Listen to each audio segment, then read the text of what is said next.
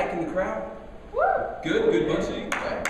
I'm on the bike full-time at home, and I respect that it can get cold here in the mountains and things in Reno, but I promise you it gets real cold in New England.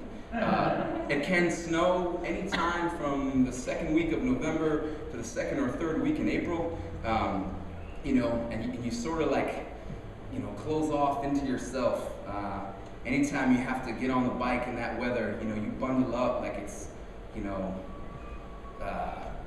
beginning of Empire Strikes Back, like snow battle and shit, you know. But you stick it out because you believe in what you're doing, and then when it starts to warm up again in the spring, you get really happy, you know, you can start shedding layers. This story takes place a couple springs back after it had already started to warm up a little bit. It was a beautiful spring day in Providence, and you know, I had all these errands to run. I'm an independent business person, along with you know, being an artist and an organizer. I handle all my own business, and it means being online and doing business shit from 10 a.m. to 6 p.m. basically every day. So I had to go to Kinko's, I had to go to the bank, the post office, all these places. I needed to make some calls, get some things done. But my phone was dead, and I left the phone charger at my friend's house on the far end of the east side. But it seemed like a, you know, like a good deal. Like I could get out and take this semi-long bike ride, get the phone charger, get the numbers, handle my business, and be done with it. You know, but so I ride all the way over there.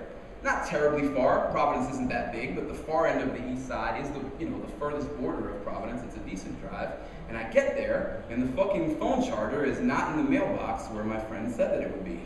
You know, classy guy that I am, you know, I waste no time in beginning to scream very loudly up to the third floor. Doorbell's broken, you know, so I'm getting no response. And I start to realize that, you know, not only is the charger not there, but that no one's home. And now I'm like realizing like I'm such a 21st century digital cell phone idiot, like the numbers are only there. I don't have them memorized. So it's not even like I can go borrow somebody else's fucking phone because the numbers are there, locked, dead. And I start seeing my whole business days like slip away from me. My face starts getting red, my blood pressure starts rising, and then just like in this very stark moment of just like dazzling white male American privilege, I have a fit, you know? I have it like an honest to God temper tantrum, like right there on the sidewalk, you know? Like angry little 5-foot guy, like, oh my God, what the fuck? I can't get any of my numbers. Oh, they shot. What the fuck am I gonna do? You know, as this woman pulls up to the corner, and she, you know, like I notice somebody looking at me, and I look over, and she's at the wheel. She looks at me, and then looks away real quick. You know, I realize what a maniac that I look like. And then it occurs to me, shit, you know, what a fucking first world problem. Oh no, you can't get your numbers. You know, I could be anywhere. I could be homeless sleeping in a park bench. You know, I could have, a Reaper drone could have just flown over my village in the name of freedom and, you know, wiped out my whole family.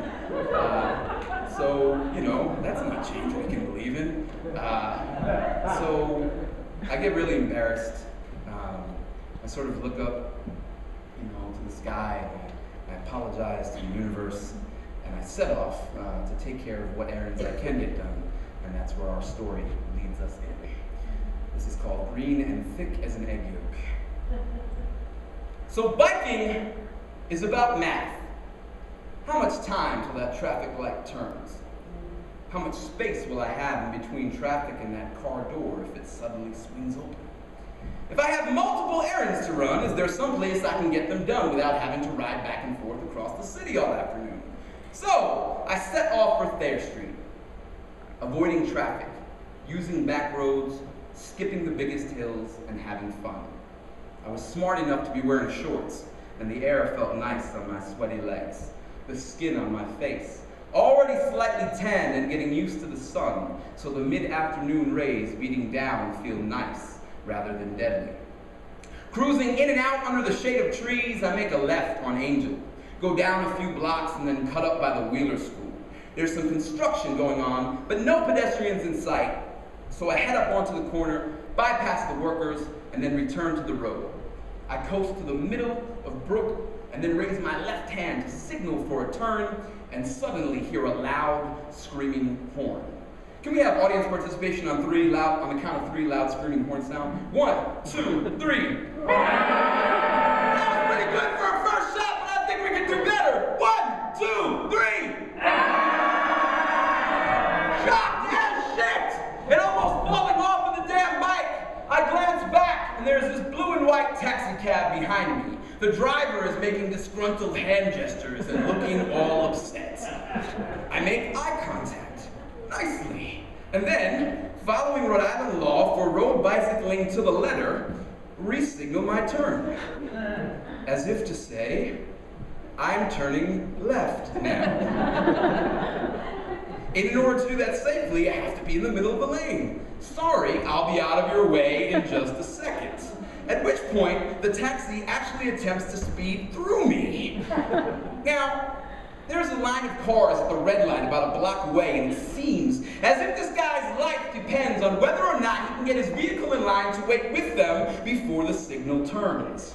Like it's somehow his duty to get up there and wait with them. Like, not only am I just another stupid kid on a bike, and not only am I completely and utterly fucking up the program, but like I'm actually standing in between him and some function so crucial that the absolute and immediate removal of my person is the only conceivable option. He beeps loudly, again. 1, 2, 3. This time, lays on the horn for even longer, then drives right up close to my bike, putting me at great personal risk and making a ridiculous scene. So calmly, I turn. Because biking, after all, is about math. Quickly, I judge the distance, lead his car a little, and as it passes, hawk the largest, nastiest, mouthful of neon-congested allergy phlegm that I can possibly gather, like fire in the hole! And there it was, a surprisingly large specimen, wet, yellowish green, and thick as an egg yolk, glorious, glistening, canvassed against the clear spring sky. Arching perfectly, it landed with an audible slap across the driver's side windshield of the shiny blue cab. I lost all notion of space and geography. Time slowed, and there, in the silent ecstasy of triumph, I watched, focusing in nearly preternatural detail as the main sack hit dead center, exploding immediately, sending shrapnel gobs of spit in all directions. But the back end of it curved up defiantly, and then for a split second flexed in midair before finally coming down over the top like the tail of a joking fish thrashes the surface scum of a small pond before re-entry. Ladies and gentlemen of Reno, Nevada, what I mean to say is that it was a direct hit. A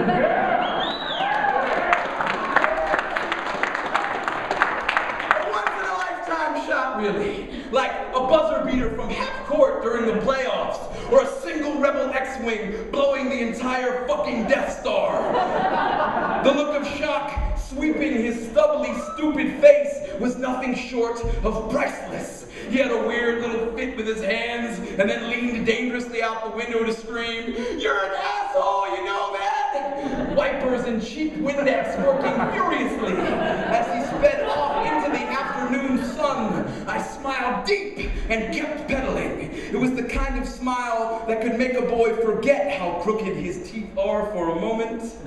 It was the kind of smile that could make anyone feel better about riding all the way over to the east side for a phone charger that wasn't even there.